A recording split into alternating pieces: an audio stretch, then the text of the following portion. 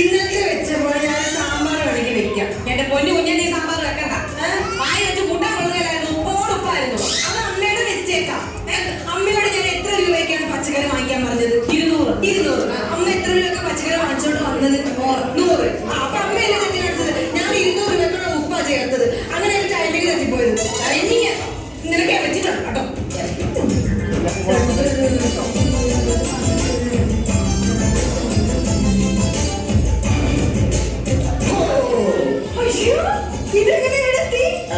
ശർക്കര എവിടെ ഒളിപ്പിച്ച് വെച്ചാൽ ഈ ചടപ്പറന്ന് നമ്മളെല്ലാം ഉറപ്പിച്ചേക്കല്ലേ? ഞാൻ ഉറപ്പിച്ചു. പണ്ടേ ഉറപ്പിച്ചിട്ടൊന്നും ഇല്ല. അമ്മ ഉറപ്പിക്കൊന്നും വേണ്ട. പിന്നെ ബൈക്ക് എടുത്തിട്ട് ഭയങ്കര പറപ്പിക്കലാന്ന് ഞാൻ അറിയുന്നുണ്ടേ. ഈ നാട്ടുകാർ മൊത്തം പറയുന്നുണ്ട്. പിന്നെ പല കാലം കൈ ഒടിഞ്ഞ് വല്ല അപകടം പറ്റിയാലോ? അങ്ങനെ എനിക്ക് അപകടം ഉണ്ടാവേ ഇല്ല. അപകടം ഉണ്ടാവില്ല. ഒന്നുകൂടി ജോത്സ്യം പറഞ്ഞല്ലോ. ഒന്നുകൂടി ജോത്സ്യം പറഞ്ഞ അച്ഛനല്ലേ? ഈ ബൈക്ക് എടുത്തിട്ട് എന്നെ ഒരു ദിവസമെങ്കിലും കോളേജിലൊന്ന് കൊണ്ടുപോയോ? ഞാനാണെങ്കിൽ കോളേജിൽ പോകാൻ ഇറങ്ങുമ്പോഴത്തേക്ക് ആ കവലയിൽ ഇരുന്ന് സുമേഷ് എന്ത് പറഞ്ഞോട്ടോന്ന് അറിയാമോ? സുമേഷ് എന്താ പറഞ്ഞു? എനിക്കറിയാം എന്തോ ചെയ്യണം. കാണാനൊക്കെ പറഞ്ഞു കഴിഞ്ഞാൽ ഒരു 5.5-6 അടി പൊക്കമുണ്ട്. പിന്നെ ഒരു 60 അല്ല ഒരു 80-85 കിലോ ഉണ്ട്. പിന്നെ നല്ല മസിലുണ്ട്. നല്ല ജിമ്മ.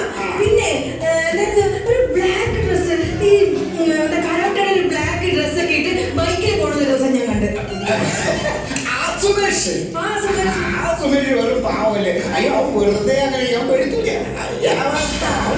ആരാ പെഴുത്തൂല?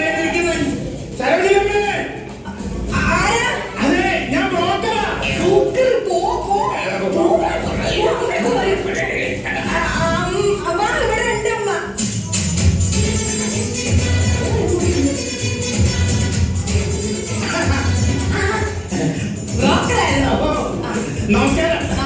അങ്ങനെ ഒരുപാട് അരഞ്ഞ് മോക്ക് ഞാൻ ഒരു ചെറുക്കനെ ഒപ്പിച്ചു.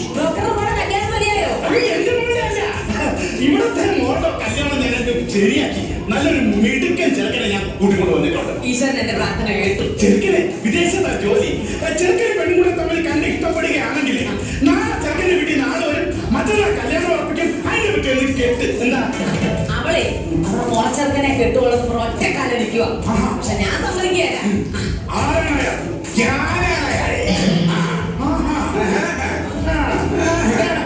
എന്ത് ചെയ്യുന്നു? അവളെ കെട്ടാൻ വേണ്ടി ഞാൻ എന്തും ചെയ്യും. അതല്ല ചോദിച്ചത്. ഞങ്ങൾ തിന്നാൻ വേണ്ടി എന്ത് ചെയ്യുന്നു? ഓട്ടോ നമ്മളിപ്പോ ആലോചിച്ചേക്കുന്ന ചെറുക്കൻ വിദേശത്താ. അവനാണെങ്കിൽ രാവിലെ ആഹാരം കഴിക്കുന്നത് ദുബായിൽ നിന്ന്, ഉച്ചയ്ക്ക് ഊണ് കഴിക്കുന്നത് സിംഗപ്പൂരിൽ നിന്ന്, വൈകിട്ടത്തെ ആഹാരം കഴിക്കുന്നത് മലേഷ്യയിൽ നിന്ന്. ഇതൊന്നും കേട്ടൊന്നും ഞെട്ടണ്ട. ഇതുപോലെ 3 നേരം ഞാൻ ഈ ഹോട്ടലിൽ നിന്നൊക്കെ കഴിക്കപ്പെട്ടതാണ്. രാവിലെ വെള്ളക്കടവിൽ ദുബായ് ഹോട്ടലിൽ, ഉച്ചയ്ക്ക് പാളയത്തുള്ള സിംഗപ്പൂർ ഹോട്ടലിൽ നിന്ന്, രാത്രി അട്ടപ്പാടിലുള്ള മലേഷ്യ ഹോട്ടലിൽ. ഈ 3 ഹോട്ടലിൽ നിന്ന് ഞാൻ കഴിച്ചിട്ടുള്ളൂ. നിന്നെപ്പോലെ ഹോട്ടലിൽ കേരളത്തിൽ തിന്നുന്ന കാര്യമല്ല വന്നത്. അവൻ അത്ര ബിസിയാ. വിമാനത്തിൽ ഇറങ്ങാൻ പറ്റുന്നില്ല. കെട്ടിയിട്ടുണ്ടല്ല. ഭയങ്കര തിരക്കാണോ? അപ്പഴേ നിങ്ങളെ ഭാഗ്യമെന്ന് കരുതാം. ചെറുക്കനെ ഞാൻ കൈയോടെ കൂട്ടിക്കൊണ്ട് വന്നിട്ടുണ്ട്. വെളിയിൽ BMW കാറായിരിക്കുക. ഞാനൊന്ന് വിളിക്കില്ല.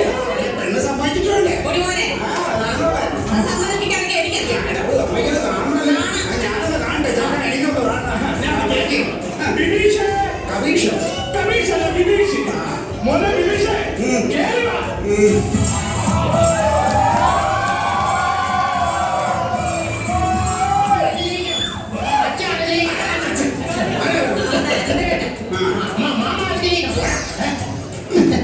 അതെ അമ്മ, എനിക്ക് ദുബായ് ഞാൻ ഭയങ്കര ബിസിനസ്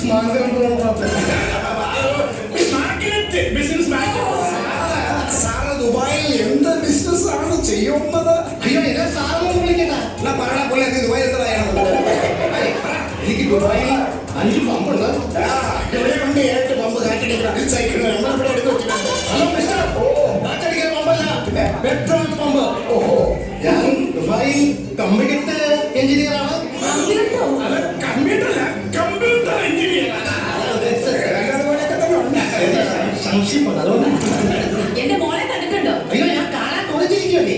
എന്നെ പോലെ തന്നെ. അപ്പൊ അത്ര പ്രായമാണോ? ഇല്ല, എന്റെ ഫേസ് കട്ടാന്ന് പറഞ്ഞതാ. വിളിക്കട്ടെ മോളെ സുഹാസിനി. അമ്മേ.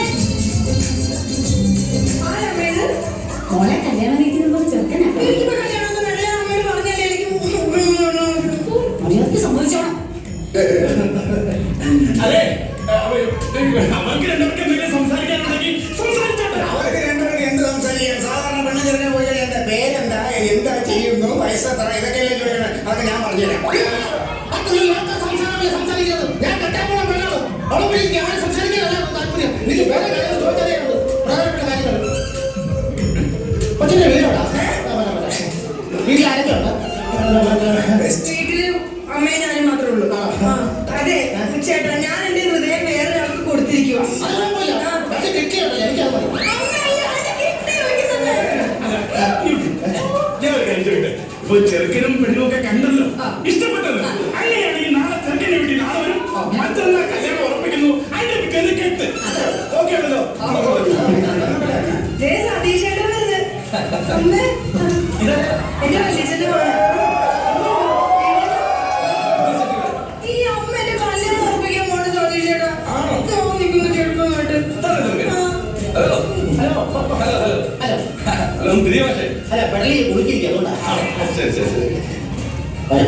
ഹലോ മാഷേ, അവിടെ കണ്ടിട്ടുണ്ടല്ലോ. സിംഗപ്പൂർ വന്നിട്ടുണ്ടോ? ഇല്ല, അവിടെ തന്നെ. അപ്പൊ ഞാനല്ല. അല്ലല്ല, ഞാൻ കണ്ടിട്ടുണ്ട്, നന്നായിട്ട് കണ്ടിട്ടുണ്ട്. ദുബായ് വന്നിട്ടുണ്ടോ? ഇല്ല, അവിടെ വന്നിട്ടില്ല. അല്ല, കണ്ടിട്ടുണ്ട്. മലേഷ്യ വെച്ചായിരിക്കും. അല്ല, ഞാൻ കണ്ടിട്ടുണ്ട്, അവിടെ ഞാൻ വന്നിട്ടില്ലേ. അപ്പൊ ഞാനല്ല, അത് നിങ്ങൾ ഉദ്ദേശിച്ച ആള്. ആ കണ്ണാടി നൂരും. ആ കണ്ണാടി നൂരും. കണ്ണാടി ഇടാൻ പറ്റത്തില്ല. എന്ത് കണ്ണു ചുമന്ന് പഴുത്തിരിക്കുകയാണ്. തമാശക്കാരാണ്, നടപടിക്കാരെ കേൾക്കാതെ കണ്ണാടി മാറ്റി നോക്കട്ടെ. ഞാൻ പറഞ്ഞില്ലേ നമ്മൾ കണ്ടിട്ടുണ്ടെന്ന്. നമ്മൾ കണ്ടിട്ടുണ്ട്. കഴിഞ്ഞ മാസം 28-ാം തീയതി ചിറയൻകീഴിൽ സോമജി കല്യാണ മണ്ഡപത്തിൽ ഒരു കല്യാണം ഉണ്ടായിരുന്നു. അവിടെ വെച്ച് നമ്മൾ കണ്ടായിരുന്നു. ഞാൻ സത്യം ഉണ്ടായിരുന്നു. ആ സദ്യ മാത്രമല്ല കഴിച്ചത്, അവിടുന്ന് ഒരു പെണ്ണിന് കല്യാണം കൂടി കഴിച്ചായിരുന്നു. ഒരാളെ പോലെ 14 പേരില്ലേ? 14 7 അല്ല 2 പേരോടൊപ്പം 7 14 തന്നെ ഞാൻ അവിടെ വെച്ചോളൂ. തന്റെ വീഡിയോ എടുത്ത ഞാൻ കൺഗ്രാജുലേഷൻ. ആണല്ലേ, തന്റെ വീഡിയോയുടെ CD കൊണ്ട് ഞാൻ നിന്റെ പെണ്ണു വീട്ടിൽ പോയായിരുന്നു. അപ്പോഴേ അറിഞ്ഞത് ഇവ പെണ്ണിന്റെ സ്വർണ്ണവും ആഭരണവും അടിച്ചോണ്ട് അന്ന് രാത്രി നാടും കിടന്നു. അങ്ങനെ ഞാൻ ഇവനെ കുറിച്ച് ഡീറ്റെയിൽ ആയിട്ടൊന്ന് അന്വേഷിച്ചു. അപ്പോഴാണ് അറിഞ്ഞത് ഇവൻ വിവാഹ തട്ടിപ്പ് വീരനാണ്. ഞാനിരിക്കുകയായിരുന്നു മോനെ. എന്റെ കുടുംബത്തിൽ കയറിയതാ.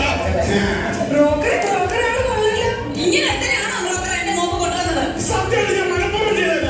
ഒരു കൂട്ടുകാരൻ വഴി വന്ന ആളുണ്ട്, അതിന്റെ മനഃപൂർവ്വം ചെയ്തതല്ല. സത്യം പറയണോ? തനിക്ക് എത്ര രൂപ കമ്മീഷൻ കിട്ടി? നീ എന്റെ അമ്മച്ചേനെ ഞാൻ 10 വിശ്വാസത്തിലുള്ള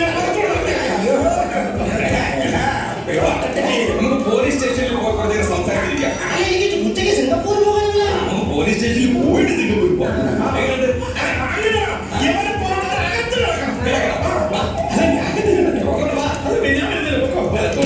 കിട്ടി 10 സാക്ഷി കൂടി വേണ്ടേ?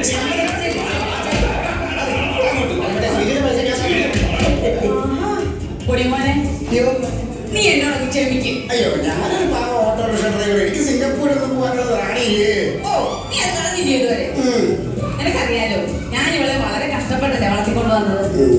അപ്പൊ അവക്കൊരു നല്ല ജീവിതം കിട്ടണമെന്ന് മാത്രമേ ഞാൻ ആഗ്രഹിച്ചുള്ളൂ. എന്റെ പൊട്ട മനസ്സിൽ തോന്നി നീ അത് വിട്ടുക. ഇപ്പൊ എനിക്ക് ഒരു കാര്യം മനസ്സിലായി, സ്നേഹിക്കുന്നവര് തമ്മിലാ ഒന്നിച്ച് ജീവിക്കേണ്ടത്. എന്നാ പിന്നെ ഇനിയെക്കൊണ്ട് ഉറപ്പിച്ചാലോ?